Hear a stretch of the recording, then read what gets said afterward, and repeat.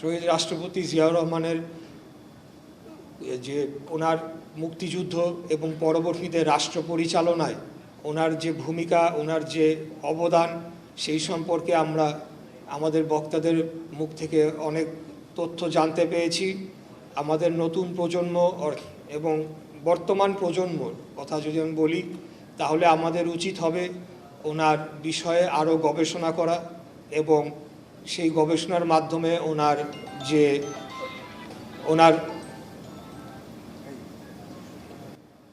ওনার সকল কর্মকাণ্ড বিশ্লেষণ করে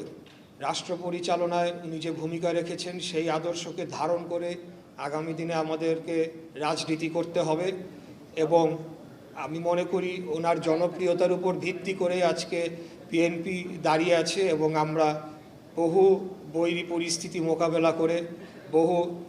জেল, জুলুম, হত্যা, গুম, খুন, এই সকল নির্যাতনের মোকাবেলা করে আজকে আমরা জনগণের সরাসরি ভোটে নির্বাচিত হয়ে রাষ্ট্র পরিচালনার দায়িত্ব পেয়েছি। আজকের প্রধানমন্ত্রী, মাননীয় প্রধানমন্ত্রী জনাব তারেক রহমান, ওনার সুযোগ্য সন্তান, শহীদ জিয়ার সুযোগ্য সন্তান আজকের মাননীয় প্রধানমন্ত্রী জনাব তারেক রহমানের নেতৃত্বে আমরা বিগত 17 বছর দেশকে যেভাবে ধ্বংস করে ফেলা হয়েছিল সেখান থেকে উত্তরণ ঘটিয়ে আবারও একটা জনগণের বাংলাদেশ এবং একটা স্বাধীন সার্বভৌম রাষ্ট্র, যেই রাষ্ট্র অন্য কোনো দেশের গোলাম হয়ে থাকবে না এবং যে কোনো পৃথিবীর যে কোনো রাষ্ট্রের সাথে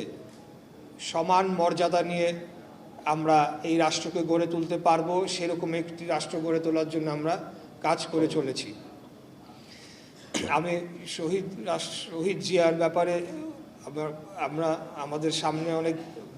বিচক্ষণ, বিজ্ঞ এবং ওনার সাথে সরাসরি কাজ করেছেন এরকম অনেক ব্যক্তিবর্গের মুখে বক্তব্য শুনেছি। আমি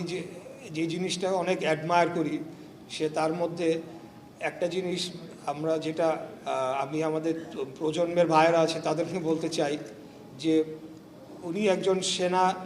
বাহিনীর সদস্য হয়েও যখন উনি রাষ্ট্র পরিচালনার দায়িত্ব নিলেন, উনি কিন্তু প্রথমেই বাংলাদেশে গণতন্ত্র প্রতিষ্ঠার জন্যে একদলীয় যে বাকশাল ব্যবস্থা সেটিকে বিলুপ্ত করে বহুদলীয় গণতন্ত্রের পথ উন্মুক্ত করে দিলেন, স্বাধীন গণমাধ্যমের পথ উন্মুক্ত করে দিলেন এবং আবারও বাংলাদেশকে যে জন্যে স্বাধীনতার যুদ্ধ হয়েছিল, মুক্তিযুদ্ধ হয়েছিল, স্বাধীনতার সংগ্রাম হয়েছিল, সেইটিকে তিনি প্রতিষ্ঠা করলেন। এটা অবশ্যই একটা সিগনিফিক্যান্ট দিক যেটা আমাদেরকে মনে রাখতে হবে। এর পাশাপাশি ওনার যে সাধারণ জীবনযাপন, আমাদের আজকের মাননীয় প্রধানমন্ত্রীর একটা ইন্টারভিউ আপনারা ইউটিউবে বা বিভিন্ন সামাজিক মাধ্যমে সার্চ দিলেই পাবেন যে শহীদ জিয়া উনি প্রেসিডেন্ট থাকা অবস্থায় ওনার পরিহিত পোশাক যেটি আর তিনি পরতেন না, পুরনো হয়ে গেলে সেটি উনি ওনার সন্তানদের পরার জন্যে বঙ্গভবনের যে দর্জি তাকে দিতেন এবং তারা সেটি ওনার সন্তানদের জন্য আবার কাটছাট করে সেটি তৈরি করে দিত। এই ধরনের উদাহরণ একজন রাষ্ট্রপ্রধানের পক্ষ থেকে এটা আসলে অবিস্মরণীয় এবং এই ধারাবাহিকতায় আজকের মাননীয় প্রধানমন্ত্রী একটি সাধারণ জীবনযাপন তিনি করে চলেছেন। শুধু নয়, উনি মুক্তিযুদ্ধকে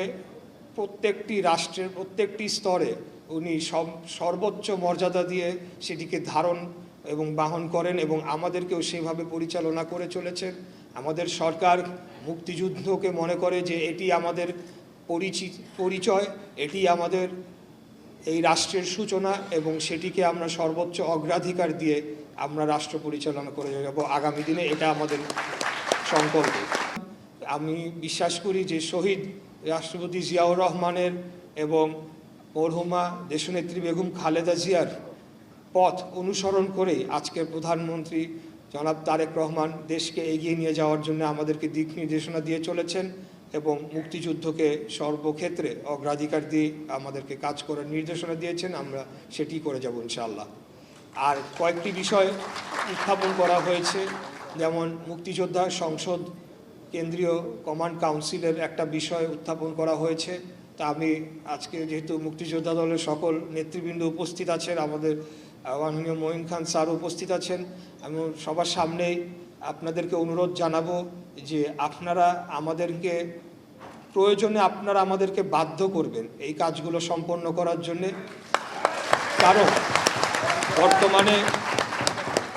বর্তমানে যে সিস্টেমটি বহাল রয়েছে, আপনারা সকলেই জানেন, রন্ধ্রে রন্ধ্রে বিগত 17 বছরে যে দুর্নীতি, লুটপাট এবং দলীয়করণের মাধ্যমে যে প্রশাসন আমাদের কাছে রেখে যাওয়া হয়েছে, সেটিকে পরিবর্তন করতে হলেও আপনাদের সমর্থন আমাদের জন্য অত্যন্ত প্রয়োজন। আপনাদের পরামর্শ আমাদের কাছে অত্যন্ত গুরুত্বপূর্ণ এবং সেটি প্রয়োজন।